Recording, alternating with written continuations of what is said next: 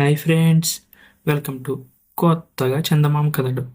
ఈరోజు మనం లౌక్యం లేని విద్యలు అనే కథ చెప్పుకుందాం. అనగనగనగా ఒక గ్రామం ఉండేది.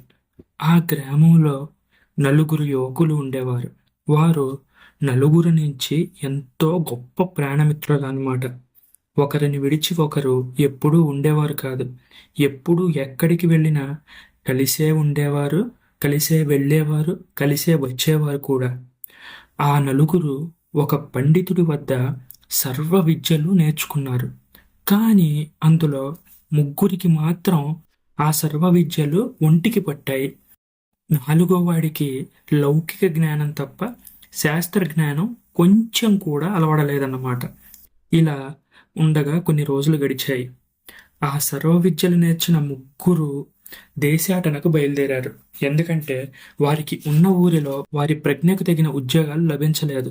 అందుకని దేశాటనకు బయలుదేరి అలా తమకు ఏ రాజు వద్ద మంచి కొలువు లభిస్తే ఆ రాజు వద్దే ఉండిపోదాం అనే ఉద్దేశంతో వారందరూ బయలుదేరారు. అలా అంతేకాకుండా తమ విద్యలను ప్రదర్శించి ధనం కూడా సంపాదించాలనుకున్నారు.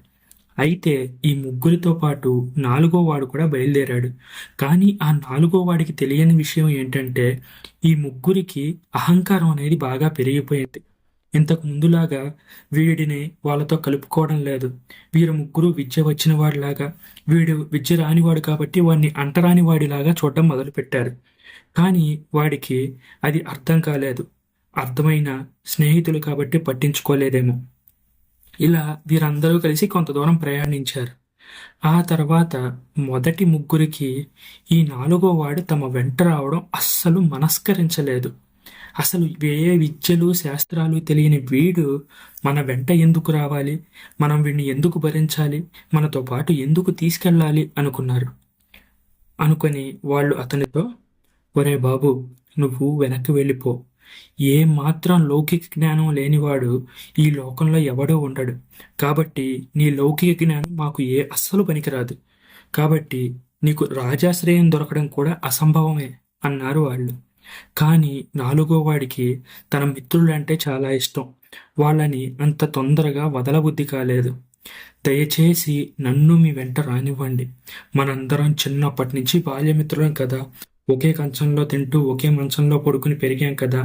నాకు రాజాశ్రయం అనేది దొరక్కపోయినా పర్వాలేదు. మిత్రులైన మీకు సన్మానాలు జరుగుతుంటే నేను దూరంగా నించొని చూసి సంతోషిస్తాను. అదే నాకు చాలు అని వాళ్ళని ఎంతగానో బతిమలాడాడు. ఇక వీడు ఎంతకీ వదలడని ఆ ముగ్గురికి అర్థమైంది. ఏమీ మెదలకుండా ఊరుకున్నారు. సరే, మాతో పాటురా, కానీ మమ్మల్ని ఇబ్బంది పెట్టకు. అలాగే మేము రాజాశ్రయంలో చేరాక నిన్ను కూడా మాతో చేర్చుకోమని అడగకూడదు.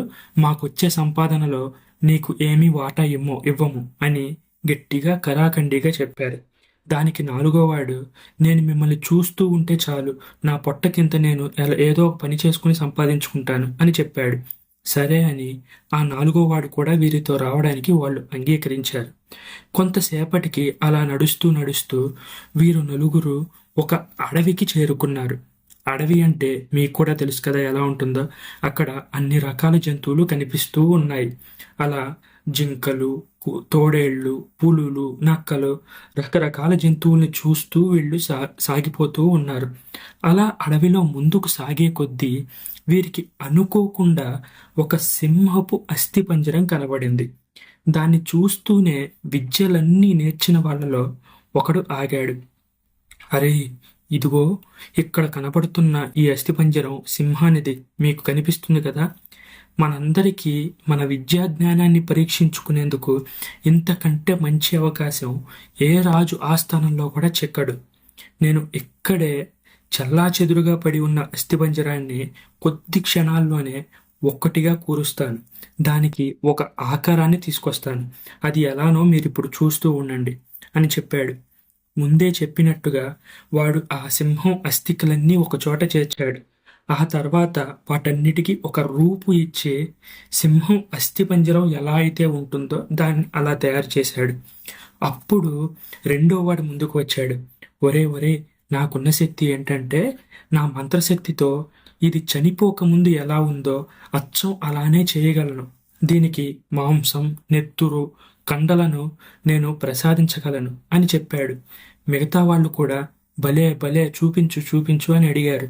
అప్పుడు వాడు తన మంత్రశక్తితో ఆ సింహం చనిపోకముందు ఎలా ఉండేదో దాన్ని అలా చేశాడు. అంటే ఇప్పుడు ఆ సింహం చూడడానికి అచ్చం ఒక బతికున్న శవంలా ఉందన్నమాట. అప్పుడు మూడోవాడు వీరందరినీ నెట్టుకుంటూ ముందుకు వచ్చాడు. ఇప్పుడు నా వంతు. నాకు చనిపోయిన వ్యక్తులకు ప్రాణం పోయడం తెలుసు. అది మనిషి మాత్రమే కాదు, ఏ జంతువు అయినా, ఏ కీటకమైనా సరే దానికి ప్రాణం పోయగల శక్తి నాకు ఉంది. ఇప్పుడు ఈ సింహానికి మీ కళ్ళ ముందే ప్రాణం ఇస్తాను. మీ అందరి విద్యల కంటే నా విద్యే గొప్పదని నేను నిరూపించుకుంటాను అని గర్వంగా అంటూ ఉన్నాడు. అప్పుడు విద్యను నేర్చిన మొదటి ఇద్దరు, చూద్దాం నీకు ప్రాణం పోసే విద్య ఉందో లేదో అని అతన్ని తూలనాడే విధంగా మాట్లాడుతూ రెచ్చగొట్టారు. దీంతో అతను ఆ సింహానికి ఎట్టి పరిస్థితుల్లో ప్రాణం పోయాల్సిందే అని నిశ్చయించుకుని కూర్చున్నాడు. కానీ నాలుగో వాడికి ఉన్న లౌకిక జ్ఞానం మిగతా ఇద్దరికీ లేదు. వాడు వెంటనే మూడో వాడి మాటలు విని అదిరిపోయాడు.